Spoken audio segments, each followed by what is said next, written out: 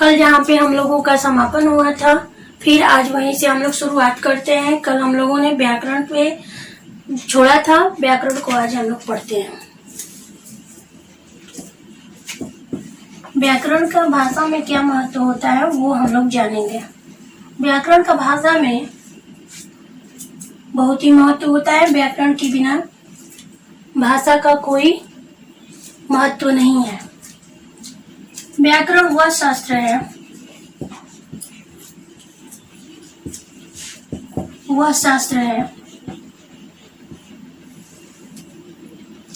जिसकी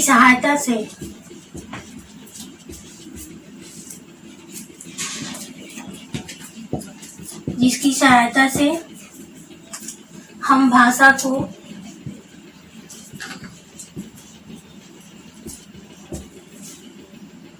शुद्ध पढ़ने, लिखने और बोलने का ज्ञान प्राप्त करते हैं।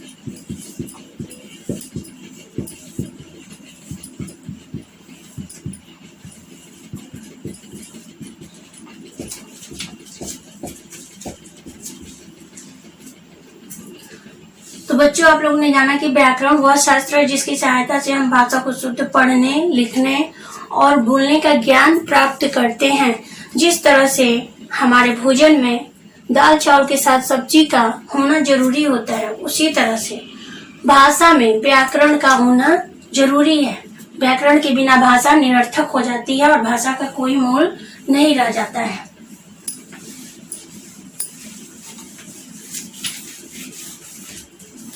व्याकरण के 4 अंग होते हैं। व्याकरण के 4 अंग होते हैं।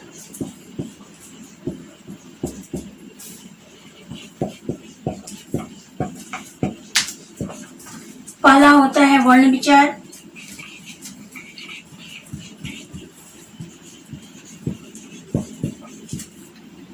दूसरा होता है शब्द विचार,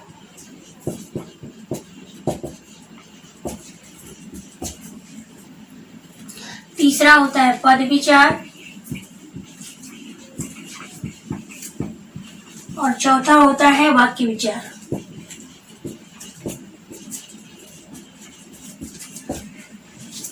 आप लोगों से निवेदन है कि जो भी बच्चे देख रहे हैं इस वीडियो को, वो कृपया करके इसे नोट करते जाएं और 9 और 10 वाले बच्चों के साथ मेरा निवेदन है कि वो ये ना समझे कि ये शुरुआत है, उनका सिलेबस नहीं है। इसको अच्छे तरीके से पढ़ें क्योंकि यही जड़ होती है, यही शुरुआत होती है व्याकरण की।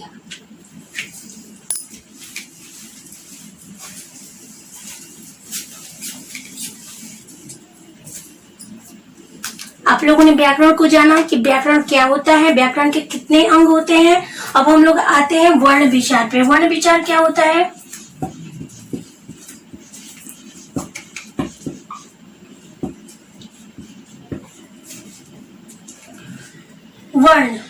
वर्ण जो होता है वो भाषा की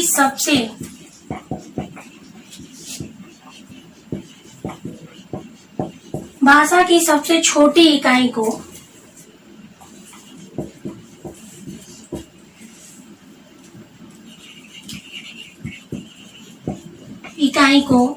वर्ण कहा जाता है।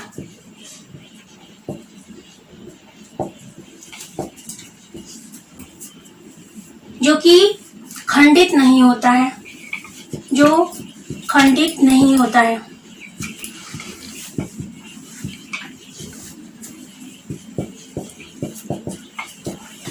खंडित होने का मतलब ये होता है कि इसको हम बांट नहीं सकते, इसको तोड़ नहीं सकते हैं। वर्ण भाषा की सबसे छोटी इकाई होती है और इसके खंड नहीं किए जा सकते हैं। इसी में आता है वर्णमाला।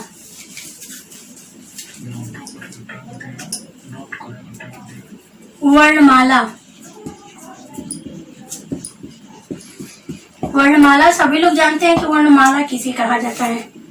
भाषा की ध्वनियां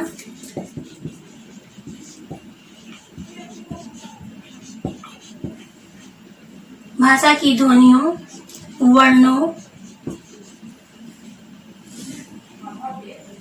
वर्णों के व्यवस्थित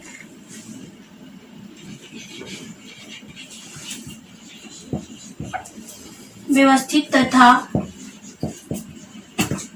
क्रमबद्ध समूह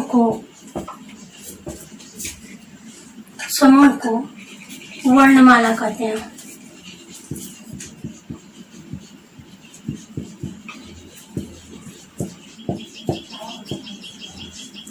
आप लोग समझ लें इसको कि भाषा की ध्वनियों वर्णों के व्यवस्थित तथा क्रमबद्ध समूह को वर्णमाला कहा जाता है।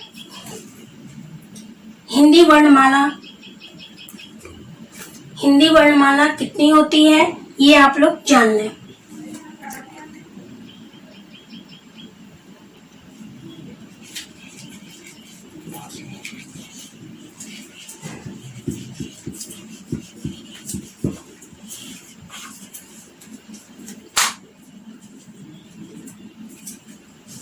हिंदी वर्णमाला में सबसे पहले आता है स्वर।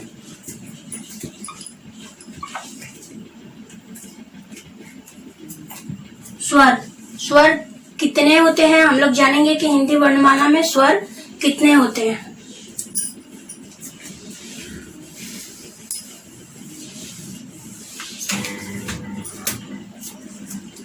अ, आ, ई, उ, बड़ा ऊ, री, ए, ओ और औ। ये 11 होते हैं। हिंदी वर्णमाला में स्वर जो हैं 11 होते हैं। आप लोग इसको नोट कर लीजिए।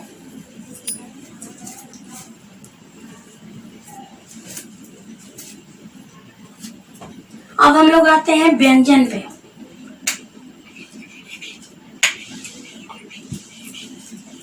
व्यंजन कितने होते हैं हम लोग जानेंगे। तो क वर्ग से लेकर के